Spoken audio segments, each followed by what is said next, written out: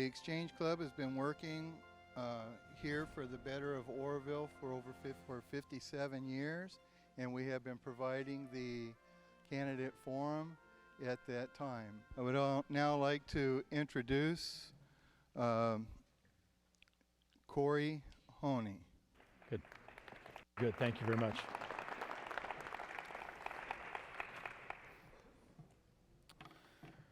Good evening, everyone. As you heard, my name is Corey Honey, and I'm the Sheriff of Butte County. I was asked to be here by the Oroville Exchange Club, specifically Exchange Club member Sherry Bunker. Asked or duped, I'm not sure which, but nonetheless, I'm here, and I'm certainly honored to be here today because this is an important event and certainly a pleasure to help these candidates get their message out and hopefully help voters make informed decisions. The Oroville Exchange Club and Stage bring this event to the city of Oroville, and we wish to thank Glennis Roseberry, stage manager, and the stage crew for the skill and effort that they put into this. We also want to thank Mark Spear and the Butte College crew for the filming production that we have going tonight. This evening, we have a large number of candidates, as you can see up here, with a limited amount of time for our distinguished panel to ask questions. This forum is designed to allow a fair and unbiased opportunity for these candidates to get their message out in hopes that it will inform the voters. One candidate, Clay Himstock, is unable to be here tonight due to a prior commitment. The three panelists that we have here tonight will ask questions, and that panel includes retired Sheriff Perry Renouf,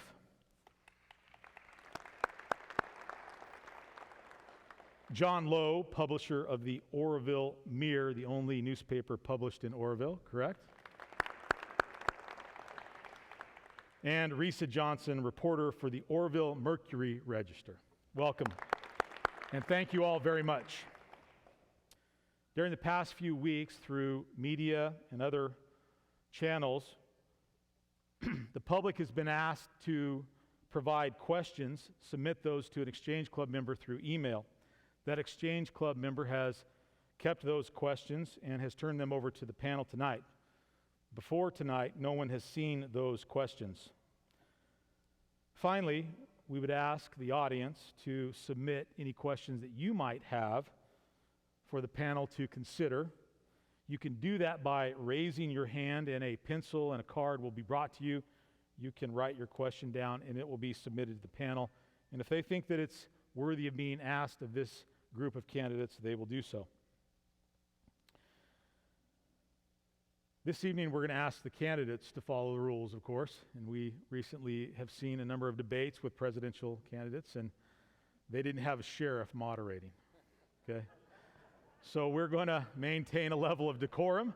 We aren't going to talk over one another, and no, and hopefully give everybody an opportunity to answer the question and convey to the voters what your position is on a particular issue. A panel member will ask a question of the candidate, beginning with the candidate seated closest to me right here. And actually, you're going to be allowed to introduce yourself, each one of you, and you'll go first. I'll explain that in a moment. The question, once it's asked, will not be repeated.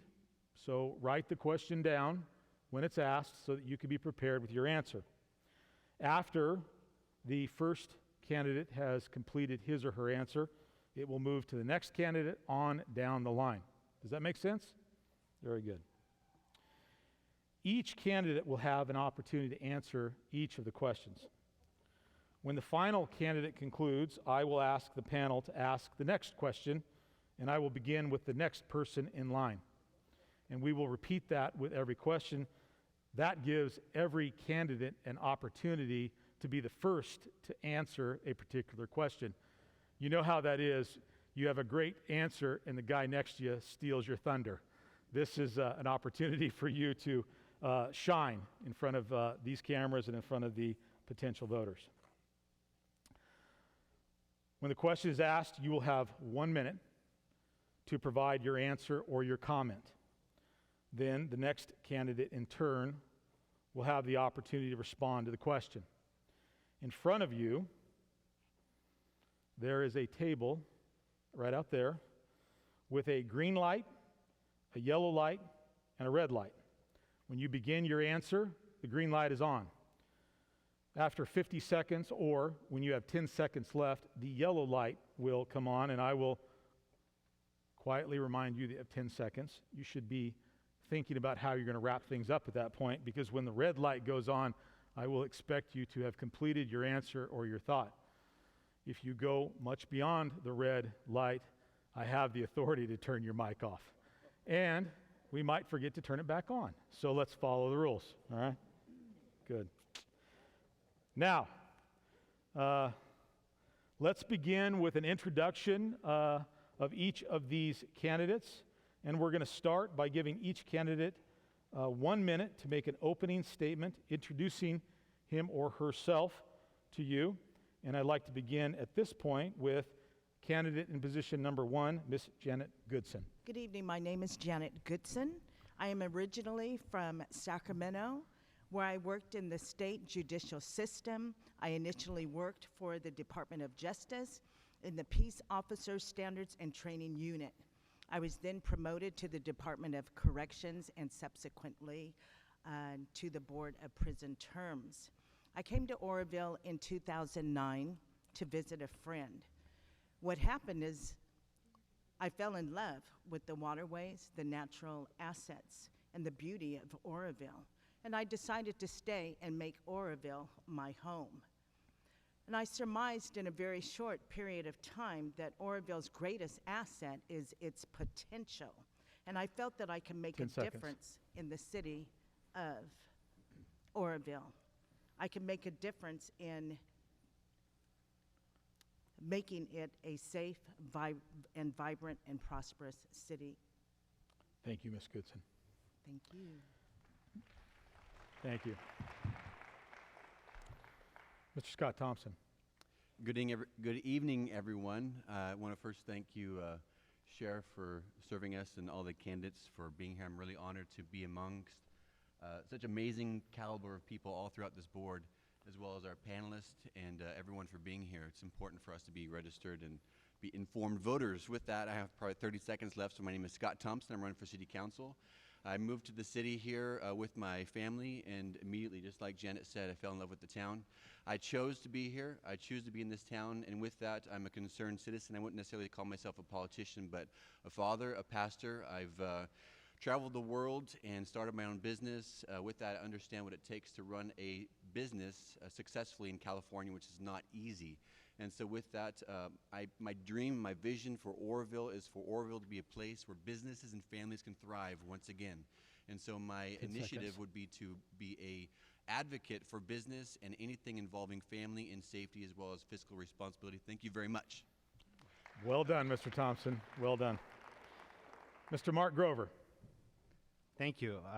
My name is Mark Grover. I as well would like to thank the panel, the Exchange Club, Sheriff, for holding this event tonight.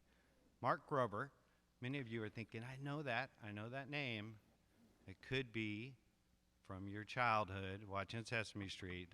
I'm a different Grover, and I've been in Oroville for 26 years. I'm an old timer in business and in ownership and in management, and I'm here tonight to express my views on public safety in Oroville. No matter what, you go home and you watch the network news, no matter who you're going to vote for, everything that is important to Oroville is going to be decided by 3 people up here on this panel. So I encourage you to listen carefully and thoughtfully and vote wisely on who you think is going to help provide Oroville with the public safety that our citizens deserve. And I'm here to ask for your support. Mark Grover, thank you. Thank you, Mr. Grover. Good job, Mark. Mr. David Pittman. Thank you, Sheriff. I'd like to take a moment for us all to think about our fellow citizens in Florida. Right now, they're getting hit very hard, and it's a sympathy that we should provide to our fellow citizens in Florida. It's a sad thing. We all in local government are always trying to provide and protect us, and they're having a tough struggle tonight. I'm a longtime advocate for Oroville. I've served on the council for 2 terms, and I've tried to provide the best in your voice in the needs of local government with innovation, efficient, and effective government. I have and will strive to achieve goals that see Oroville that in 2025 can boast of being a city where families enjoy a high quality of life, an Oroville with a thriving downtown core, traffic moving smoothly, clean air, open spaces, growing business environment, and job opportunities encouraging business prosperity for all. I vision an Oroville with expanding unique museums, city parks, theaters, recreation, culture, and family enjoyment. I want Oroville to be a place that we are proud to call home for your family, your friends, and your neighbors. Thank you. Thank you, Mr. Pittman. Ms. Linda Draper. I've lived in Oroville for 30 years, and my husband Kirk and I have raised our 5 children here. I taught at Oroville High and Las Plumas High for 20 years, teaching English and journalism. And I retired a few years ago, and at that time I bought a cemetery plot and began taking violin lessons. And I thought, I'm good, right? And then I got involved with a group called Save Oroville Trees.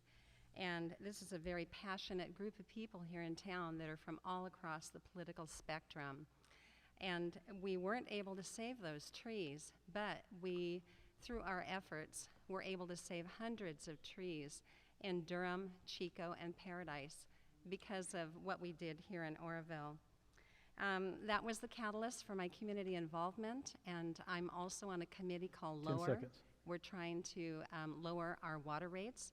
So far, I have 300 signatures on petitions, and I believe that we need change on our council. Thank you. Thank you, Ms. Draper. Ms. Barbara Sherry Bunker. Thank you. I'd like to also thank everybody that helped put on this event. Butte College, the Exchange Club, our panel, Sheriff. I've been in Oroville since 1966. I came up with my family, and it's home. Sorry. It's all right. And I want to make Oroville shine as it should. Thank you. Thank you, Ms. Bunker. Mr. J.R. Simpson. Hello, my name is Al Simpson. I went for years by the name of JR. I've lived in Oroville since the start of World War II to the start of the war between Trump and Clinton. I have been in business for myself for quite a few years until I went to work at the City of Oroville Fire Department, and where I retired. This would be my, if elected, 3rd term for the City Council. I know what the city needs. I have never been against growth, but the thing of it is we got a few issues to take care of before that can happen. Plus, dealing with all the governmental problems, it took us 10 years or more to get Walmart, 10 and seconds. it's taken us over 10 years to get the license signed for our recreation down on the river. Thank you. Thank you, Mr. Simpson. Mr. Su Veng. Good evening. My name is Su Wang, and I run for city council is for to balance the budget, our budget, to support business community, and to support the public safety. I have a Bachelor of Mechanical Engineer background. I also complete a accounting concentration, and I have my business for 14 years. And thank you. Thank you, Mr. Vang. Mr. Alfred Jones III. So I'm Alfred Jones III. I've been living in Butte County for over 17 years. I'm from San Diego, California, so I understand what the crime rate is starting to look like in Butte County firsthand. I grew up in it. I don't want to see Butte County end up like some of these bigger cities that have worse and worse crime. So I'm running for city council to say that we need to start working with our youth and getting our youth to become productive citizens. We have a growing problem of homelessness, mental health issues and poverty in our community. We need to address those issues as well as many other things. Since I've lived up here, I love the lake, I love fishing. Coming from San Diego, down there we got lakes we can't even fish on. So being able to fish on Lake Oroville all the time is a great thing.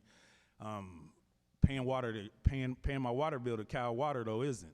So there's a lot of things we got to look at and a lot of things we got to change. And I think that I'm young enough, got enough energy to make sure that we get this city back to where it's supposed to be. Thank you. Vote for Alfred Jones. Thank you, Mr. Jones. Ms. Phil Chan Wilcox. My name is Phil Chan Wilcox, and I've been here pretty much my whole life. I was born in 1946. I'm second generation of my father's family to be born here, but I'm the fourth generation of my family to live here. My great-grandfather came in 1869, and since that time when he arrived in Oroville, being a part of the community has always been very important. And I felt that I have continued to do that. I was on the Planning Commission for 17 and a half years prior to my becoming a member of the Oroville City Council. I believe that business is important. I've encouraged staff to solicit new businesses to come here, but it is also very important for us to help grow the businesses that are here now. 10 seconds. And with that being said, I hope that everyone has been satisfied with what I have done as a council member, because the city of Oroville is very important to me. Thank you. All right, very good. Thank you, Ms. Wilcox. How about a round of applause for all of the candidates for the introduction? All right, candidates, you've got to speak in the microphone. Hopefully the butterflies are out now. Are we ready for some questions? Panel, we're going to start with our first question, and Mr. Scott Thompson, you will have the opportunity to answer that question first, and we'll work our way all the way down, ending with Ms. Goodson. Panel, take it away. The question was, how familiar am I with the public safety in the police department here in town and the sheriff's department? Both Corey, Sheriff Corey, and Chief Legrone are friends of mine. I'd call him a friend at least. Absolutely. But I feel like I'm pretty familiar. I've talked to both. I have done ride-alongs. I've talked to Bill Connolly. I understand that we both have peace officers. We have the municipal law enforcement, and we have the VIPs for the police, and we also have the STARS for the sheriff's department. If I am elected in city council, the two other programs besides the sheriff and the peace officers, the VIPs, the MLE, and the STARS are programs that I would definitely want to see bolstered and more properly utilized. I'm not sure if anybody understands what those are, but the MLE, they are paid officers, but they do not carry firearms. They are what you see riding around town in the community service vehicles, and they provide services that are not necessarily liability risk, and they take weight off the police officers, and so there's a great service to our community. Does that understand? Thank you, Mr. Thompson. You're welcome. Hopefully that made... Mr. Grover. Thank you, Perry. I've actually spent a lot of time talking with our police officers and our firefighters, walking the streets in Oroville, knocking on doors, talking to the employees downtown. We have a serious problem with public safety in our town. Morale is very low in both police and fire, both departments. The city has proposed a 20% cut in pay. First of all, we can start by managing our employees as city leaders and building a rapport with them rather than trying to take away hard-earned benefits and have our staff looking for jobs elsewhere, considering moving even though they're longtime residents. We have a serious problem, and I'm well aware of what's going on with our public safety, and we need to reprioritize our budget and our priorities. And it's a lot of work. It's not going to be easy, but we're in dire straits, and I'm here to help. Thank you. Mr. Pittman. Thank you, Perry. Good question.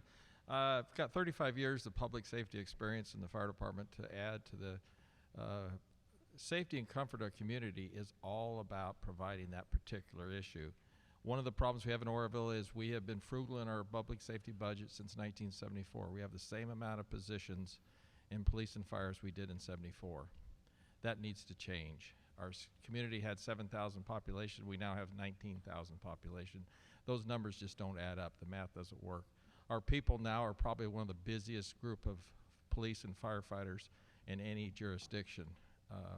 Some would say that's great, but I say no, the other way.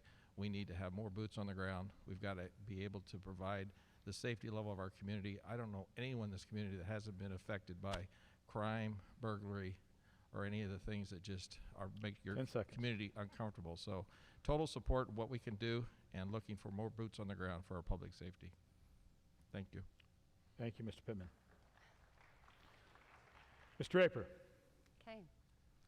Well, I met with Chief Lagrone and Assistant Chief Byers and also Captain Ruiz of the Oroville Fire Department. I've done ride-alongs with police, met with dispatchers, and I've also met with officers Cooley and Wright about Measure R. And how to address this problem?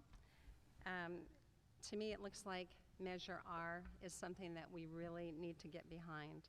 In 1970, we had 7,750 people here and 21 officers, 13 firefighters. In 2016, we have a population of almost 20,000 with the annexation. We have 22 officers and 12.5 fire positions. So this new Measure R would give us 9 new police officers, 5 new firefighters, 4 new 10 seconds. MLEs, and 2 new dispatchers. And I think we really need to support our police and fire departments in this. Thank you. Thank you, Mr. Draper. Ms. Bunker. I've been involved in law enforcement most of my adult life, over 20 years with state police and the highway patrol.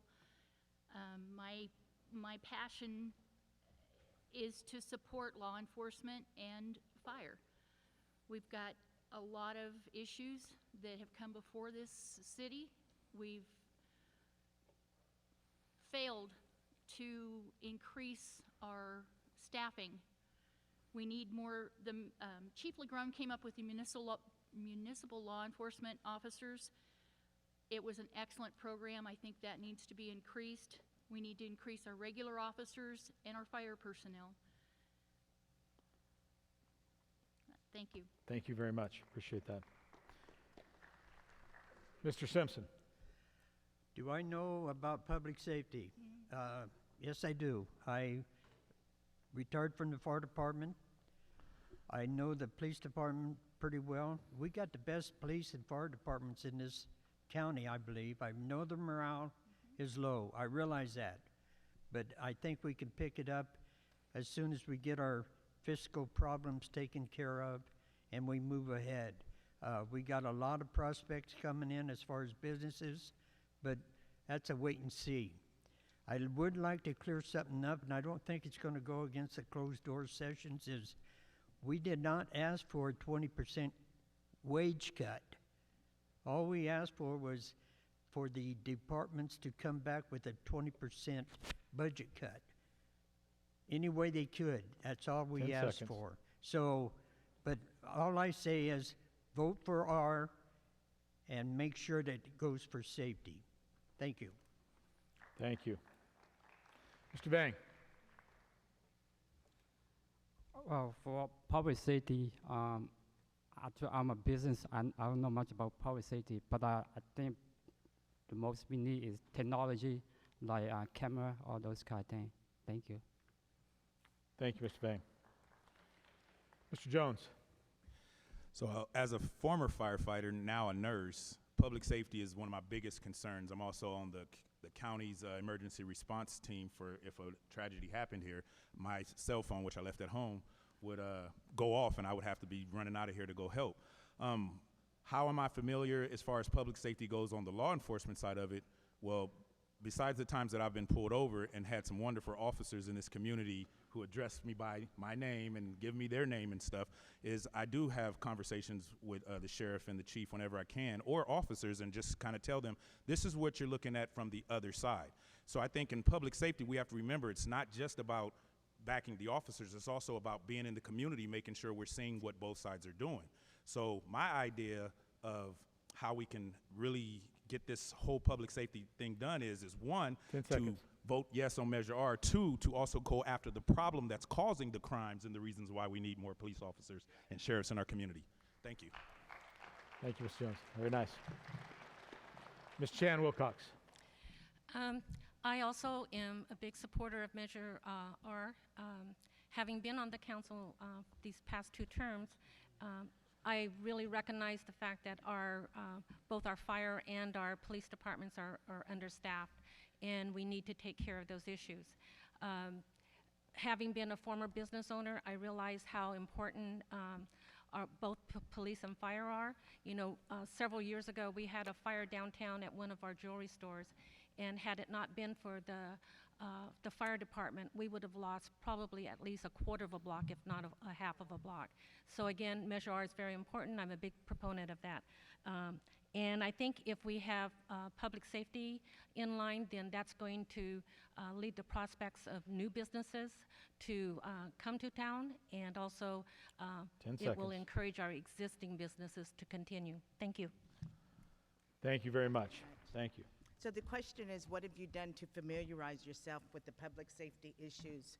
Since 2009, I have had a solid working relationship with both county and Under Sheriff Honey at the time, who is now our sheriff, and Chief Bill LaGrone. What we have done in our community and the city at large is set up community forums that bridge gaps between the community and between the law enforcement. So we have a great working relationship in our communities, and this is one of the reasons why we don't have the unrest that other cities and states have.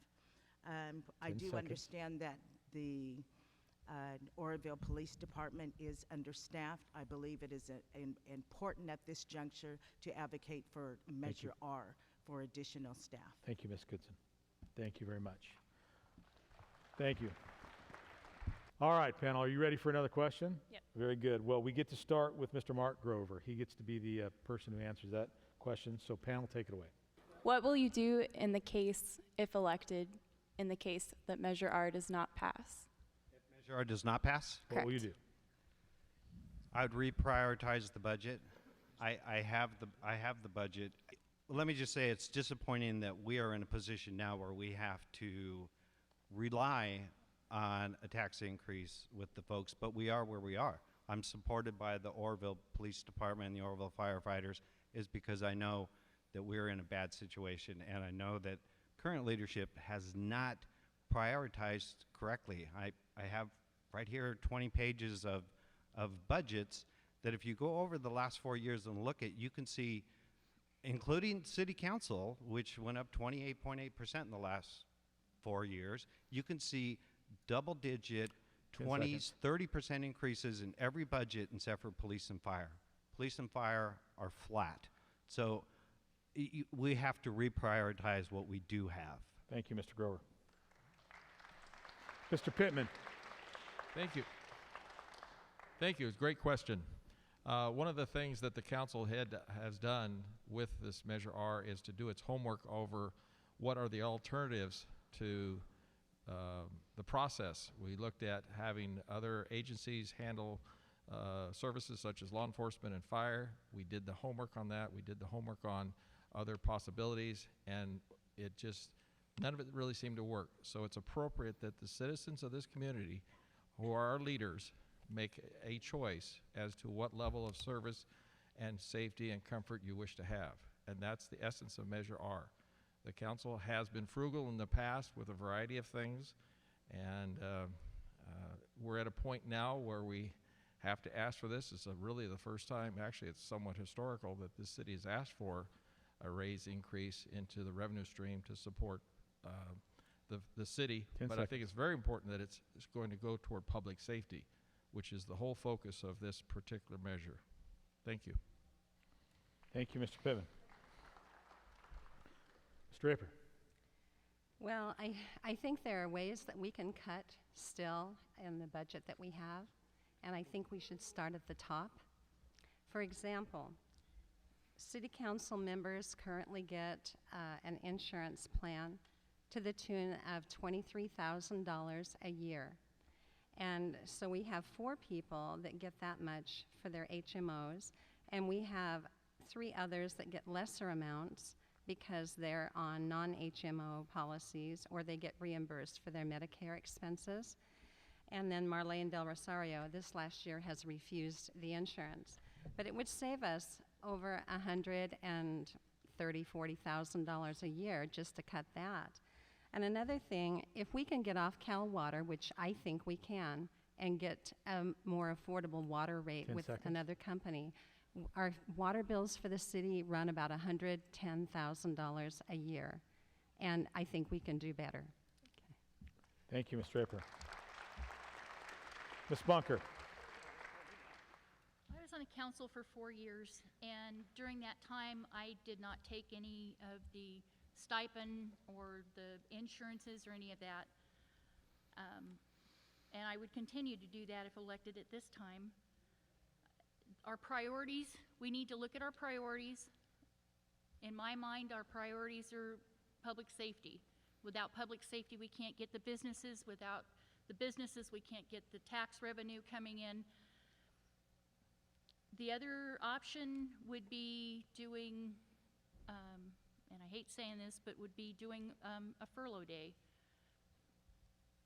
And that's not a pleasing thought. We went through this 4 years ago to get the budget under control, and we did have a balanced budget, and 10 seconds. it went away. And I think we can do it again. It's just going to take some belt tightening. Thank you, Ms. Bunker. Mr. Simpson. What happens if Measure R don't pass? My opinion is this. I'm not counting on Measure R passing, because if I do and it don't pass, I'm going to be devastated.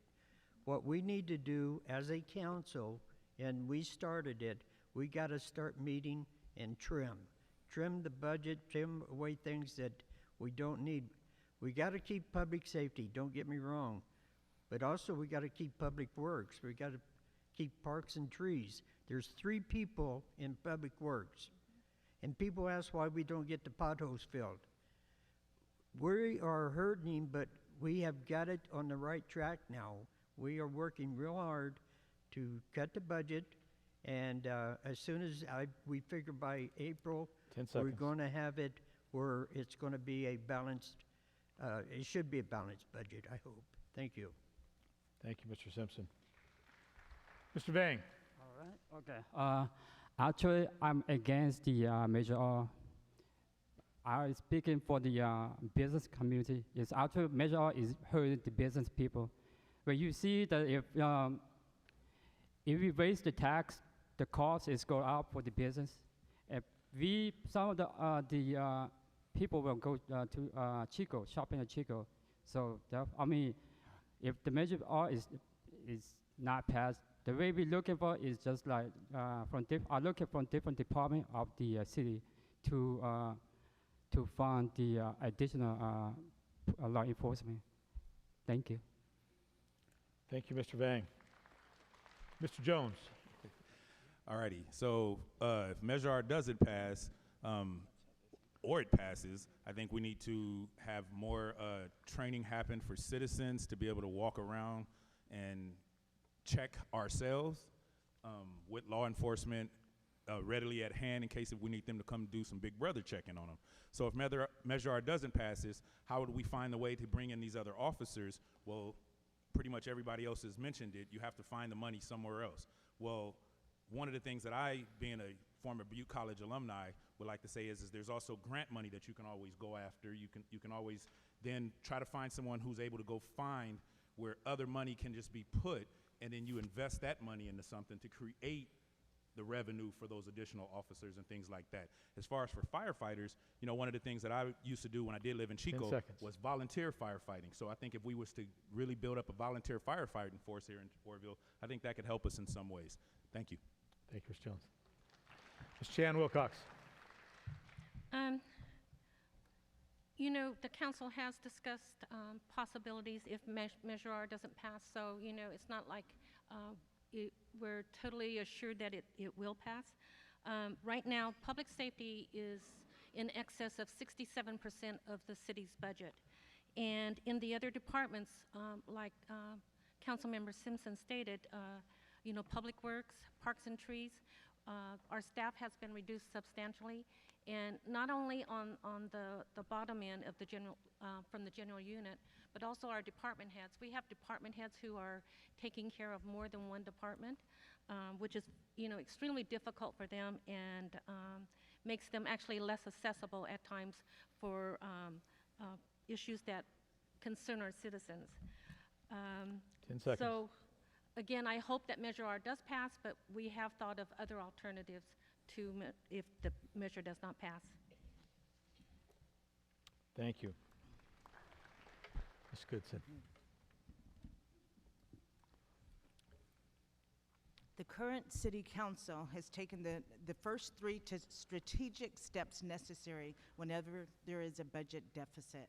They have put into effect a hiring freeze, a wage freeze, and they've eliminated those projects and programs that have the least amount of impact in the city. I would investigate the liquidation of city properties that have the least amount of repair costs. Currently, the city owns approximately 172 properties. 30 of these properties are listed under the Oroville Redevelopment Agency. It is my understanding that upon liquidation of these properties, the revenue would go into the general fund. I am also prepared to work diligently and collaboratively with fellow councilors in order to find measurable ways and solutions to increase the city's revenues, to increase the city's reserves in order to keep our city safe.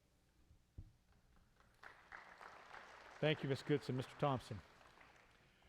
The question was, what are we prepared to do, or what am I thinking about doing in case Measure R does not pass? It's a wonderful question. Number one, I think Chief Lagrone, I'm just not, puffing him up, but I think he does a great job, and I'm sure he has some answers for this, but I have a lot of ideas in this regard.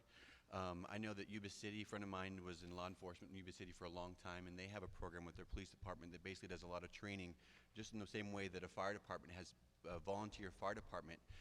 The sheriff's department has the STARS, we have the VIPs.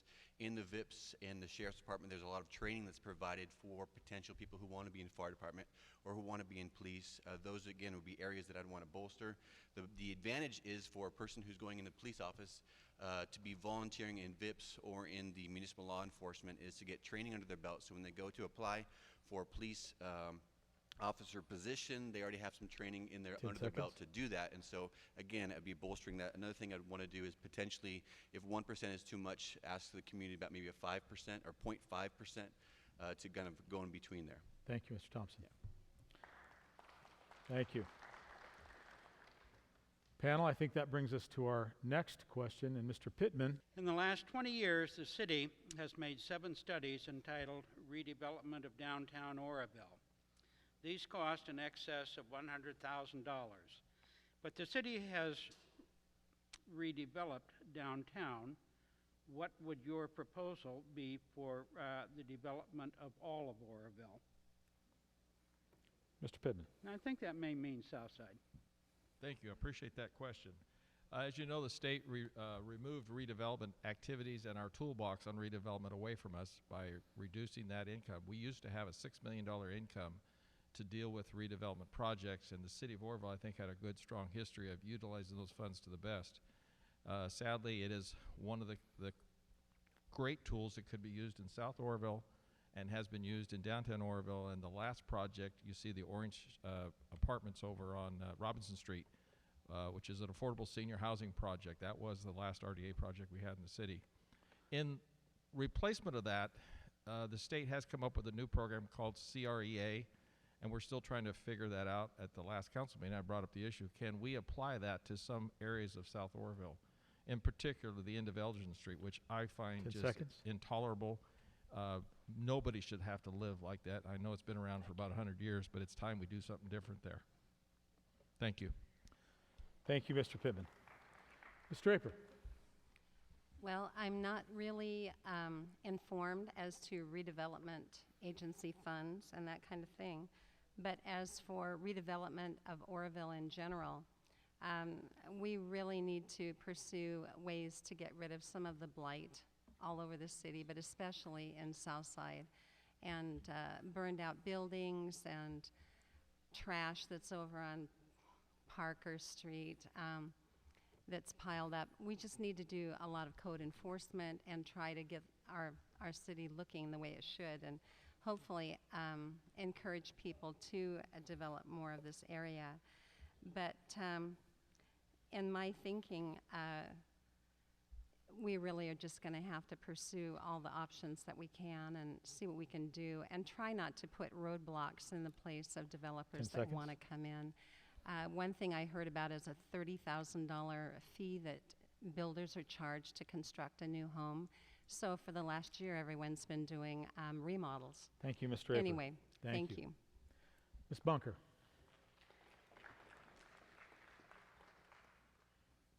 We do have, actually, there's probably way more than 7 studies that are sitting on the shelves that all cost $25,000 to $100,000+. I would like to dust some of those off. There's still viable solutions to some of our problems, and I think we need to look at what we have instead of going out and trying to do more. They're paid for, they're ours. We need to, like I said, dust them off and bring them out and see what we can do with them. We've got areas in Southside that can benefit from a lot of the grant money that's out there. We've got, we couldn't do it before, but I think we're in a position now that we can do things in Southside. And we have an obligation to make sure that everything goes correctly. 10 seconds. Thank you.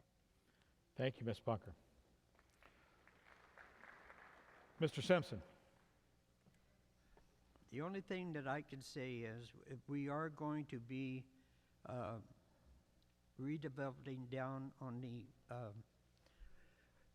the west side of town, Walmart's going to be opening. There's already been some inquiries on what other business might come in down there. There's going to be 4 businesses going in to the old Walmart building. That is going to be our growth for a while. As far as Southside, we inherited everything out there. Believe me, the county did nothing. They left it, and now we got to take care of it, and we will. We will, like they said, by a grant or whatever, but the burned out houses, that was there. And so what we need to do is 10 seconds. Be alert for grants that will take care of that and work on the rest. Thank you. Thank you, Mr. Simpson. Mr. Vang. All right. Okay. For Southside, I think it's really we have potential to grow in Southside. We need to clean up all the burning building. We put what I would like to see is we put on the night market in downtown, so chase away those all the people away, and then we had night market that will be pretty good for downtown. I mean, in Southside, it's very nice area. Thank you. Thank you, Mr. Vang. Mr. Jones. I would say that we have to keep Oroville the way it looks and just fix the small little sections of burnt buildings and potholes that keep messing up my tires and stuff like that. We don't want to change Oroville and the beauty that it has of being a wildlife area too much into city by bringing in too many of these industrialized giants who destroy your area. We want to just find the money to fix everything, and a few ways we could do that is talk to some of our local business owners and see if they're willing to go and maybe clean up a whole entire house with a certain waiver for certain things that they may be asking for later or something. So there's all kinds of ways to do it. We can't just sit down and discuss it in a closed door session. We have to bring in those business owners and those property owners and say, what solutions do you guys have? Pull off those things off the shelves and everything else and fix our town to make it look as beautiful as it was when I first moved up here. Thank you. Thank you. Ms. Chan Wilcox. Okay, the question was regarding the studies regarding redevelopment that are sitting on the shelf.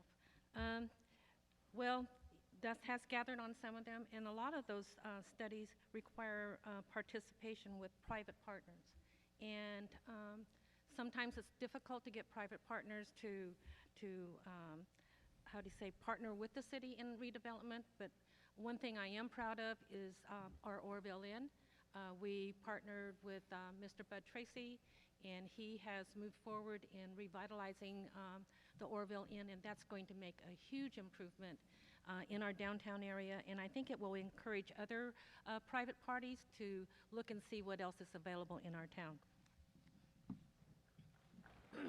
Thank you very much. Ms. Goodson. In regards to redevelopment agencies and funding, I would like to see a bolstering of the city's infrastructure, specifically a widening of Oral Dam Boulevard, especially with the new Walmart coming into play. It's a hazard when it comes to our public safety vehicles trying to maneuver. We could possibly explore capital improvement gain funding as well. In regards to South Oroville, much needed redevelopment. Annexation did not bring in the projected amount as stated in the county study, which gave an approximation of $584,000. Once the dust settled, the amount came to roughly $202,000. The area is disadvantaged and it is low income. My goal would 10 be seconds. in the area for safety improvements. Much of the area is without proper gutter drainage, street lighting, and sidewalks. It is important to improve the quality of life in all Thank you. sections of the city. Thank you, Ms. Goodson. Mr. Thompson. It's a good question. I have fresh eyes when it comes to our town.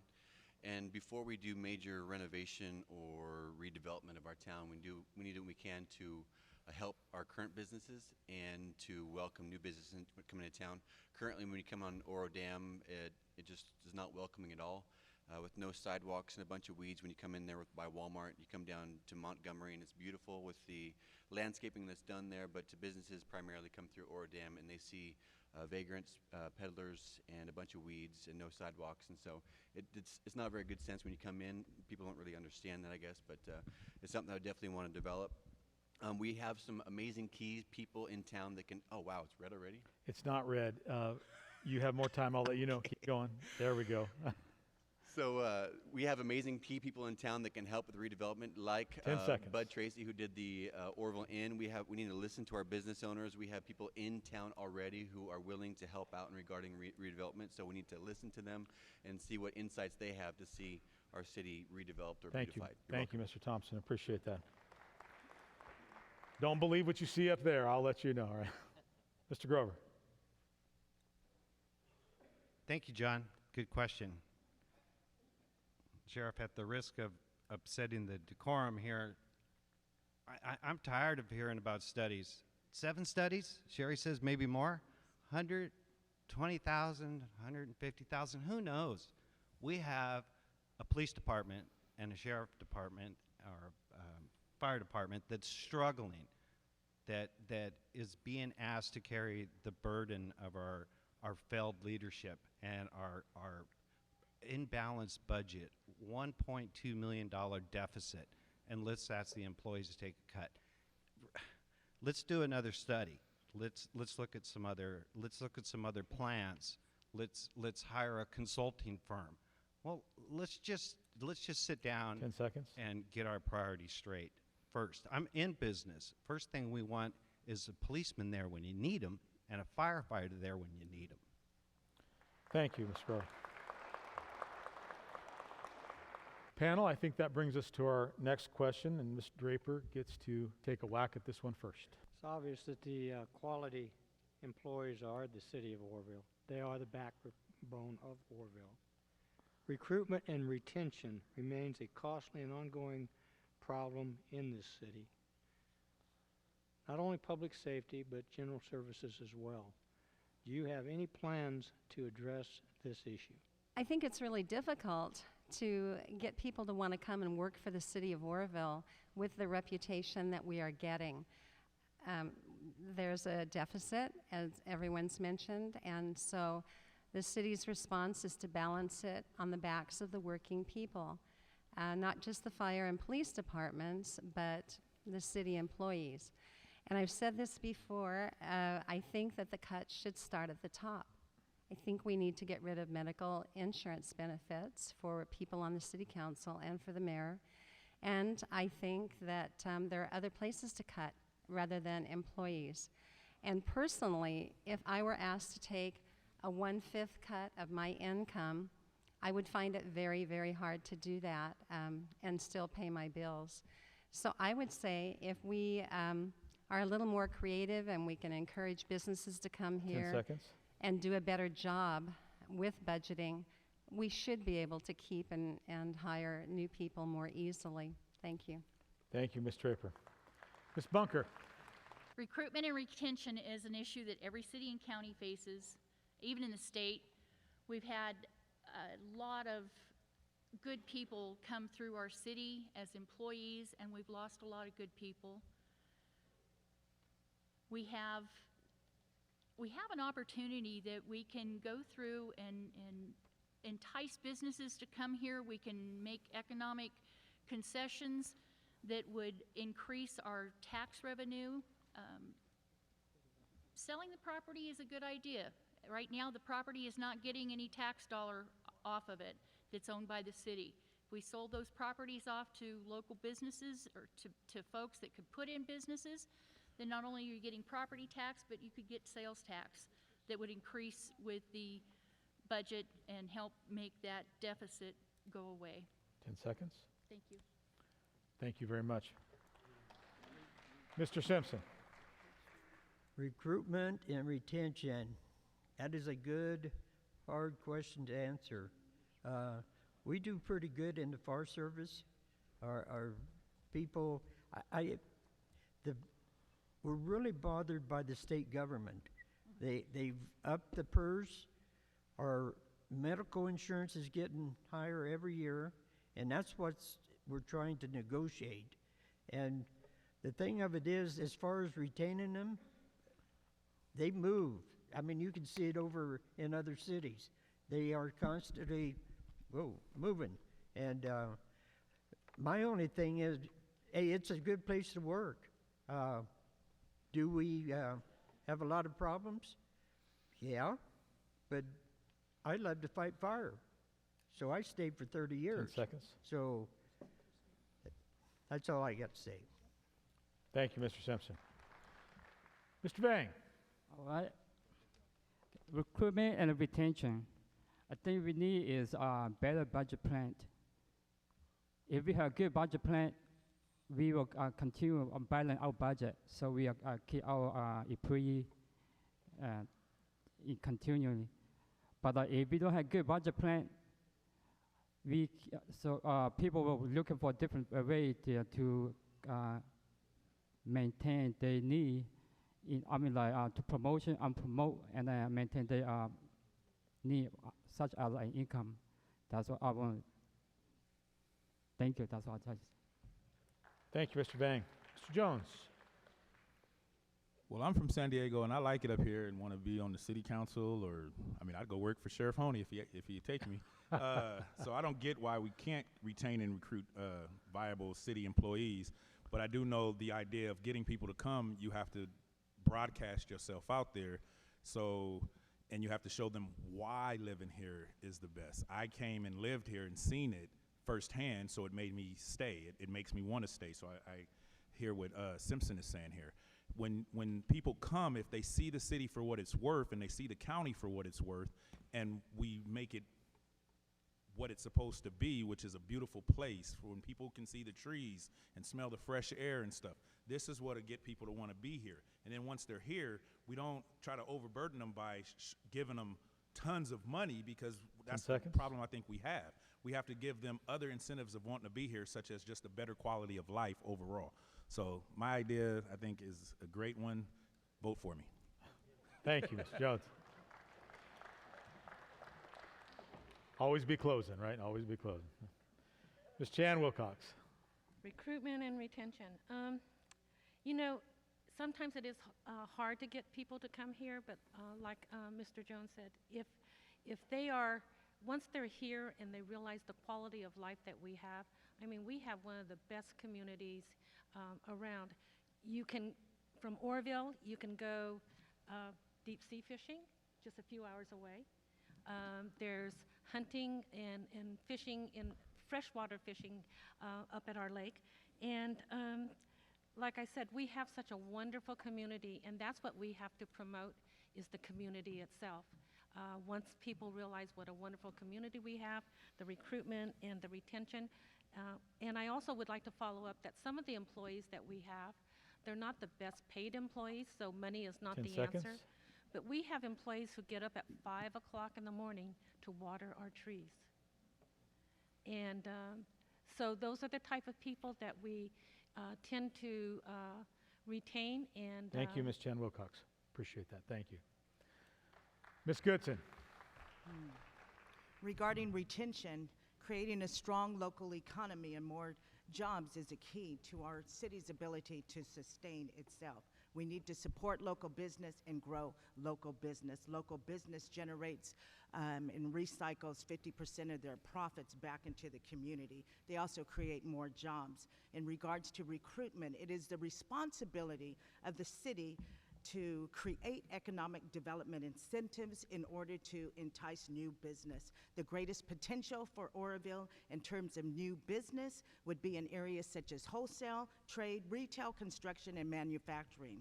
In order to attract these new businesses, we have to define the skill set of the current labor force in Oroville. The city has to take into consideration the existing infrastructure and the skill and education of our labor force in order to attract new business that can provide sustainable living wage jobs. Thank you. Mr. Thompson, I think they want to know what your thought on recruitment and retention is. Well, that's a great question. I represent somebody who's been recruited and retained. Obviously, I wouldn't be sitting here if I wasn't planning on staying. And so I also have people that go to our church that have recently moved to town from Southern California, and we have a lot to offer in town. I'm really grateful for what the city council actually has done, including our mayor with her vision and spearheading some momentum. There's been a lot of great things that have happened in the last just 2 years between the Inn, Walmart, and some other franchises that come into town, which I won't name. But there's momentum where Oroville hasn't seen that before. So as a city council member, we need to understand that as city councils, that we are in a new day. I know 50 years Oroville's gone by and it's had a really lack of momentum, but it is a new day. And we need to do what we can to be business friendly and welcome those that come in town and to help foster an environment that is great for economical growth. Thank you, Mr. Thompson. Appreciate that. Mr. Grover. Thank you. Really good question, Perry. Thank you. Recruitment and retention. Business 101. It costs 10 times as much to recruit a new employee and train them than it does to retain one. So there shouldn't be a problem retaining them if once they get here and they see how beautiful it is, they don't want to leave. Well, they still want to leave because apparently there's a management problem with the city. There's a leadership problem. The employees don't feel appreciated. They don't feel valued. You cannot run a business on the backs of your employees. It's not feasible. It doesn't work. I've been in business in Oroville for 26 years. You don't want the turnover. How do you stop that? Well, for one thing, you can stop alienating the employees by asking them to pay for your failures and your budgets. That's the beginning, first step. Let's take care of the employees. Take care of them. It's just that simple. Thank you, Mr. Grover. Mr. Pitt, and close this one off for us, would you please? Thank you, sir. Recruitment and retention. One of the things that in order for us to do that, we need a revenue stream. And the Super Walmart project, as an example, was a 6.5-year battle to get that new facility to be here, which will produce a new revenue stream for the city. That's the only way we're going to be able to conduct business, really. Now, one step that you might ask, though, there's to be 200 new positions there. Do we have 200 homes for those people to live in? We don't. Our housing inventory in this community is terrible. You can simply look at our school districts, our government workers, even our own city. 60% of all those folks live in other communities than Oroville. And part of that reason is we just have a low stock of housing inventory. So housing inventory is a huge thing. You can see it by looking at the Oroville Inn project. The city acquired that building, cleared the title, and then saw a local 10 developer seconds. to put it together and have it in place. So housing is a big issue. We also have a home purchase program for our police and firefighters to help them assist in buying a home in this community. Thank you, Mr. Pittman. Thank you. All right, panel, I think Ms. Bunker is anxiously awaiting your next question. The Community Development Director, Don Rust, has also been serving as acting city administrator since the previous city administrator, Randy Murphy, was fired in March 2015. Do you think that this interim status position needs to be addressed at this time? Yes, I do. We should not have an interim city administrator. That's one of the key positions that we have in this city. That's the one who's making sure that everything's done correctly. We need to have somebody that's there that knows what they're doing, that has the background to do the job, and to make sure that the other department heads are doing their jobs. We have 3 department heads at this time working as 6 or 7 different departments. It's not fair to them, it's not fair to the employees, and it's not fair to the community. I think we definitely need to change that status. We need to get somebody in there to take that position and make it work. Thank you. Mr. Simpson. We have offered the city administrative position to Don Rust. He is not in favor of taking it. He would like to get back to being department head. But as far as his position now, I think Don is doing an adequate job. I think he has a lot on his shoulder, and he's handling it pretty good. Yes, we have 3 department heads.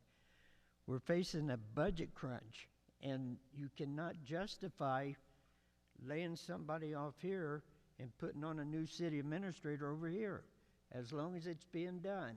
And the job is being done the way it's handled. There's no reason now to change. 10 seconds. Don is doing a good job. Thank you. Thank you, Mr. Simpson. Mr. Vang. I didn't do my homework, but since I think Don did a great job. I met him a couple times, so I had nothing to say. Thank you. Thank you, Mr. Vang. Mr. Jones. Well, yes, it needs to be addressed, especially if the guy don't want to take the job full time. I mean, that's just showing he's making do with what he can until someone else would take over the position. So is he putting forth his full effort? He's doing the best he can while trying to manage 2 different spots. So that's a position that needs to greatly be addressed as soon as possible in order to make sure that, you know, if there's three people in charge and there's supposed to be 6 people governing what 3 people are doing, then somehow we're missing part of that equation. So you're not balancing. And in order to really make things happen, you have to balance. So we talk about balancing budgets and everything else. Well, here we have this entity of money sitting that these people would be getting paid to do just that job. And now you have somebody you're saying, do 2 jobs, but we're not going to give you anything extra to do those 2 jobs. And we were just 10 talking about seconds. that a while ago. So that's something we need to make sure that if somebody's willing to take that position, we get the best candidate, put them in there, and get this city rolling. Thank you. Thank you, Mr. Jones. Ms. Chan Wilcox. It is correct that we did offer Mr. Rust the position of city administrator, and his reply was that, you know, his priority is community development, and he understands that financially we just cannot hire a city administrator at this point, and along with the benefits, it would be several $100,000 to get someone who is qualified here. And so with that being said, you know, Mr. Russ is doing a good job. He's doing the best that he can, and he's still working hard on community development for our community, because the most important item that we are, one of the most important items that we are looking at. 10 seconds. Thank you, Ms. Chan Wilcox. Ms. Goodson. I believe that the city is in need of a city manager. The main responsibility of a city manager is to prepare budgetary reports, deliver that information to the city leaders and the public, and ensure fiscal responsibility. We need to employ a city manager with this expertise, with this skill set, and with this focus.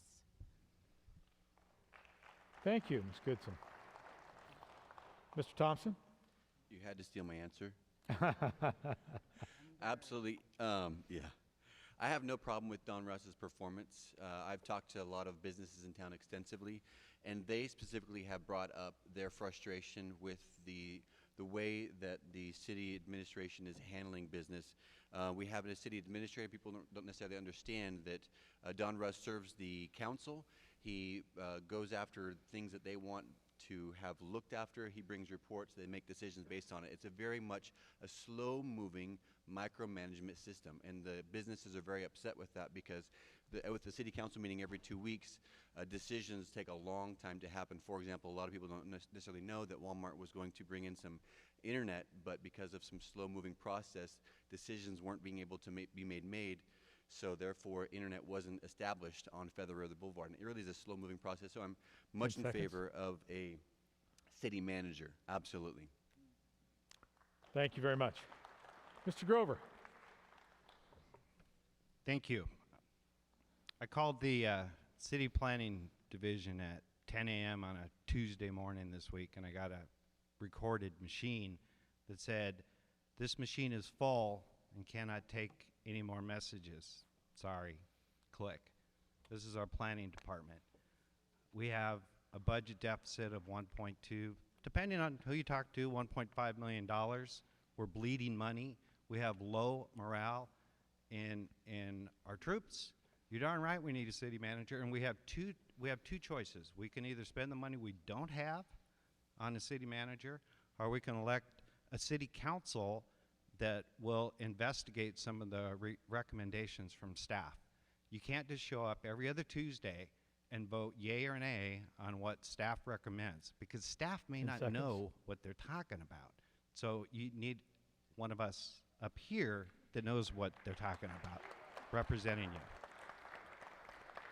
Thank you, Mr. Grover. Mr. Pittman. Thank you, sir. Good question. I have long advocated the idea of a city manager form of government. This city charter does not allow that. The city administrator form of government is what we have. I certainly support that idea and a change. It would be a good thing because I don't believe the city administrator form of government has served this city well. There's a long history with that issue. I would add that this city had 7 department heads at one time, much like any other city like Chico had 15 department heads. I think they now have 5. We have 3. This is a sign of the times. It's not what I would choose to have, and especially as a firefighter, to ask me 20 years ago if I was going to vote to have the police chief in charge of the fire department, you could have bet $100 against me to choose that. But I chose to vote for that because the citizens needed it, and the individual was a quality individual, and I supported him becoming the public safety director. So it's a sign of the times. I wish it could be different. Thank you. Thank you, Mr. Pittman. Ms. Draper. Well, this is another example of the crippling effects that our budget deficit is having on our city. The city charter says these positions should be filled, and for good reason. We could have a vote in the city and change one thing in the city charter. We could eliminate the position of treasurer. It's basically a figurehead position right now.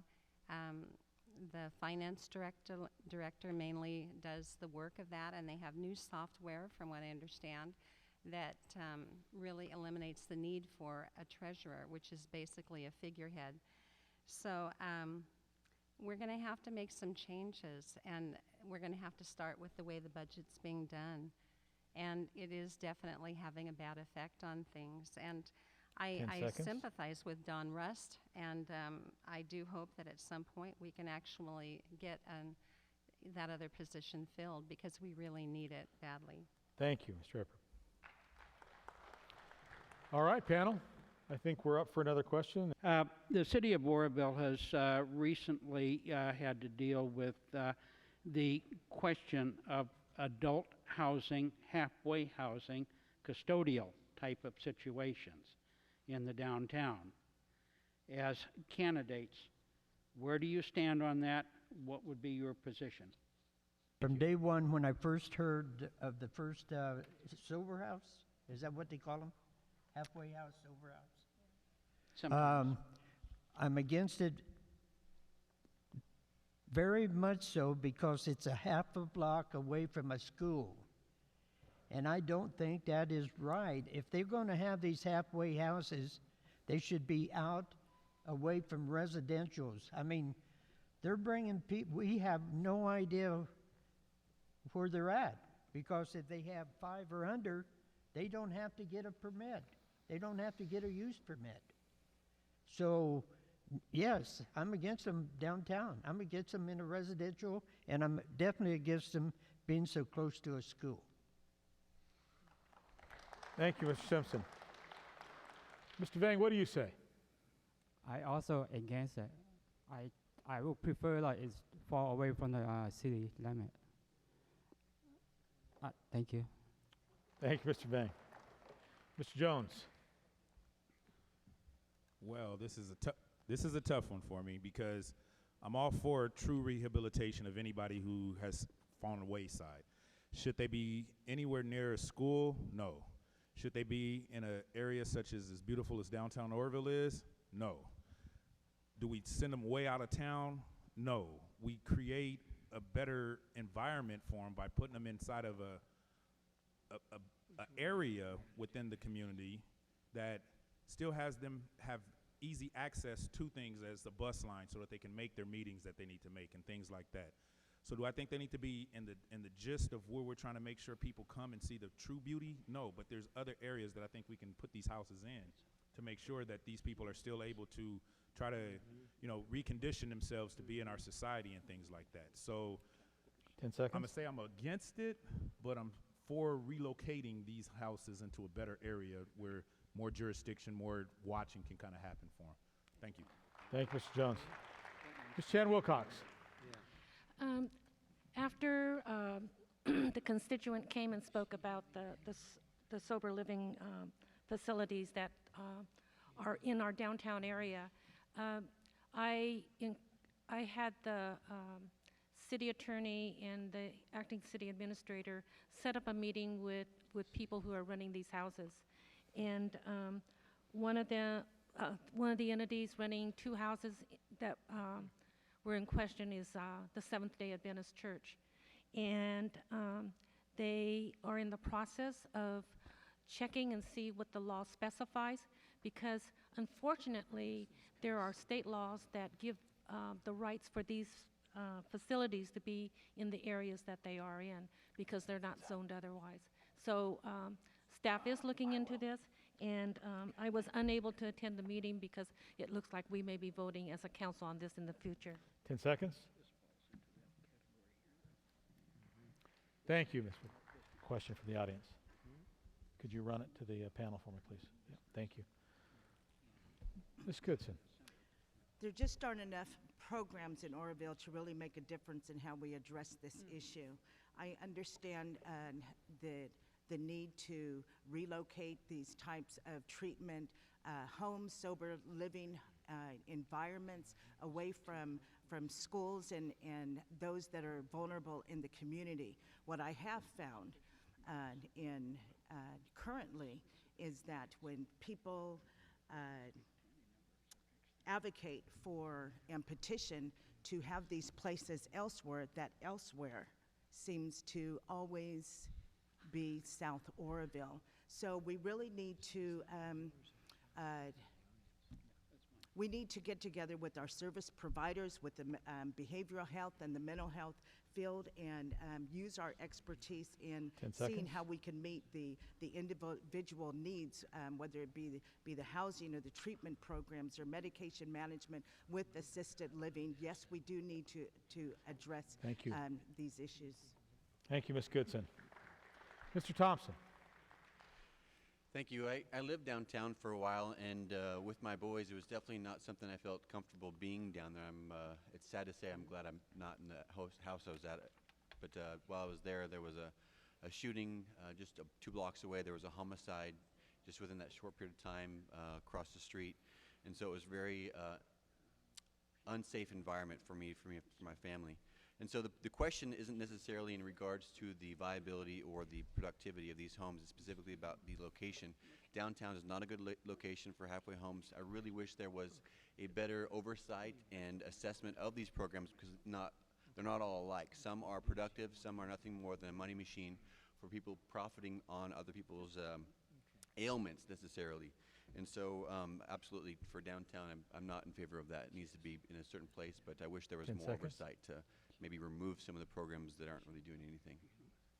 Very good. Thank you very much. Mr. Grover. I wasn't aware that there was a big issue with SLEs downtown, but maybe there is. Maybe there is. And according to Mr. Simpson, if they have more than 5, then they had to be authorized through a use permit. So it was obviously authorized by City Council to put them there in the first place. So if they needed a use permit, if I understand it correctly, they should not be downtown. No, there's some on Olive Highway, kind of down from Rite Aid, some transition housing. Downtown is just too close quarters to have sober living environment housing, transition housing over 5 occupancy, because I believe that obviously does create a real problem. I don't want to be in 10 seconds. not in my backyard type of situation, but if they've all been permitted and authorized, then it must be okay. Thank you, Mr. Grover. Mr. Pittman. Thank you. This is a classic example of local government being able to respond. The particular house that was brought to the city council was off our radar. They had no permit with the city. They had no discussion with the city. We found out from someone coming to a council meeting telling us that there was 10 people living in a 2-bathroom home right near one of our schools. And that ought to irritate us, and it certainly did. And they're off the radar. The state doles out these issues, and we're trying to figure out how we can at least protect. The primary issue is to protect the neighborhood. And it's probably only going to be our ability to change the zoning ordinances to be able to protect our neighborhood, because to me, it's not necessarily those people in the rehab program, that's fine. But that's too many people in one house. And so what the city has 10 is the ability to work on the zoning ordinance to make sure that our neighborhood is preserved and not attacked in this way. Thank you for the person that brought that to the council. That was good to tell us about it. Thank you, Mr. Pittman. Thank you. Ms. Draper. Well, I think that was Celia Hirschman that brought that to the council, and she was very concerned about it, and rightly so. It isn't a healthy situation to have 10 people in a halfway house in close proximity to a school, and it was Bird Street School. And so we're just going to have better enforcement, and we can't have 10 individuals living in a house with 2 bathrooms, obviously, and hopefully this will get resolved. But I am not for halfway houses that are near schools. There's one near our house. We live on Hammond Avenue, and it is located on Oro Dam, and it's never been a problem that I know of. It's about 5 blocks away from us. But I know everybody doesn't want this in their backyard, but they do have 10 to go seconds. somewhere, and we just need to make sure that they're following the correct guidelines. Thank you. Thank you, Ms. Draper. Ms. Bunker. While I understand the need for halfway houses, I have a definite problem with having them in the downtown area, especially near a school. There's so many other spots where they can have these establishments and I feel that the council took appropriate action that night to make sure that this one was moved around, or was taken care of. It wasn't moved around, it was taken care of. Thank you, Ms. Bunker.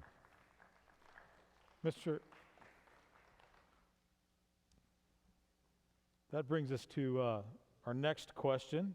Mr. Vang.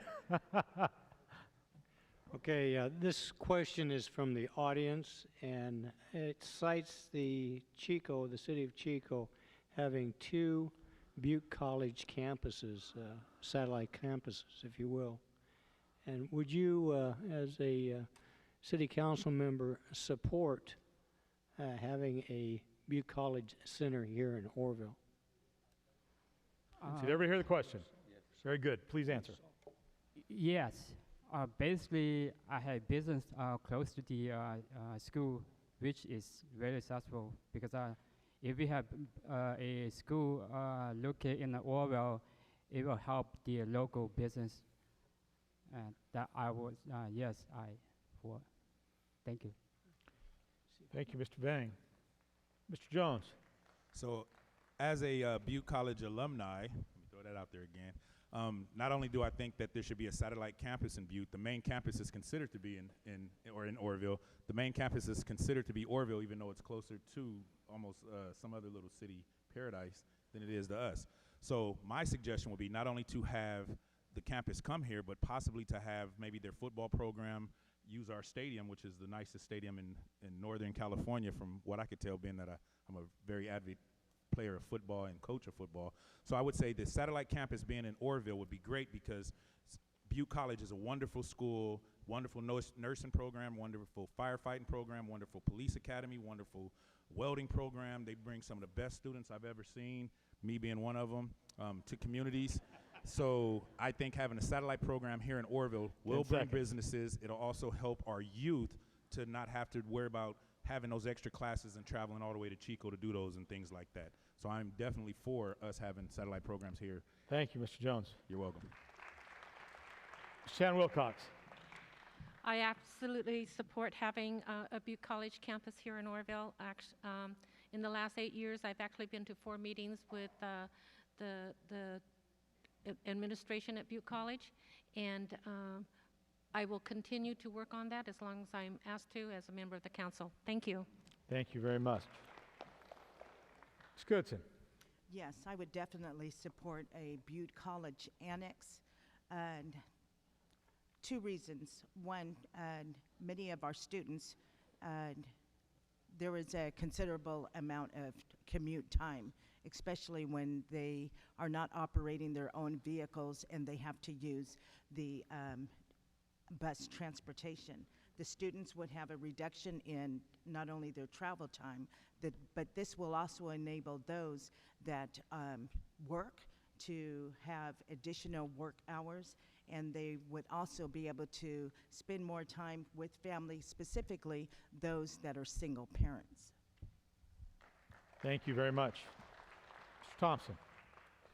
That's an easy question. The answer is absolutely yes. Not only am I in favor of Butte College coming into town, but I think as a city we should or could do whatever we could possible to entice them to come in this direction, not just if they were to come, but actually be active in seeking them to come to our town. So the answer is an easy yes. Thank you. Mr. Grover? I was waiting for someone to say no because I was curious as to why they wouldn't. Yeah, of course we would love that. That would be great. Yeah, I would be all for recruiting whatever we have to do to get a gem like that. Do you know anybody with the county there, Sheriff? I know lots of people with the county. Lots of people with the county. But the college is a different entity. Oh, yeah, there we go. Yeah, what a blessing. Maybe the state, but absolutely. Yeah. Thank you, Mr. Pittman. Certainly, it's a great idea. I've worked on it numerous times, as Vice Mayor Chen Wilcox mentioned. We have struggled to bring them here. I ideally would like to see them out at the Oroville Airport.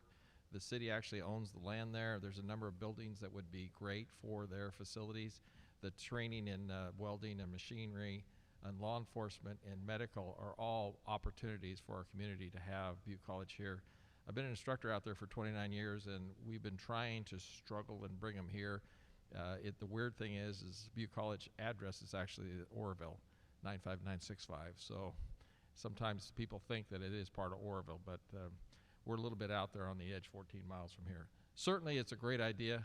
It takes you, the public, though, to steer the board to bring them to this community. I can see the council's ready to accept it, 10 but seconds. you, the public, got to tell the board members at Butte College, we want a satellite campus here. Thank you. Thank you, Mr. Pittman. Mr. Draper. As a retired teacher, I definitely support bringing a junior college here. It would, I think, encourage more students to attend, and certainly would hopefully get more students into training programs that might enable them to get better jobs. I know that it would definitely be more convenient and make it where they didn't have that commute, and were able to actually get to class in a timely manner. And I think it would just be a wonderful thing for our town. Thank you. Thank you very much. Bunker? I, too, am in favor of having Butte College come here. I've said in the past, Chico got 2 campuses, Glenn County got a campus, and Oroville got a bus.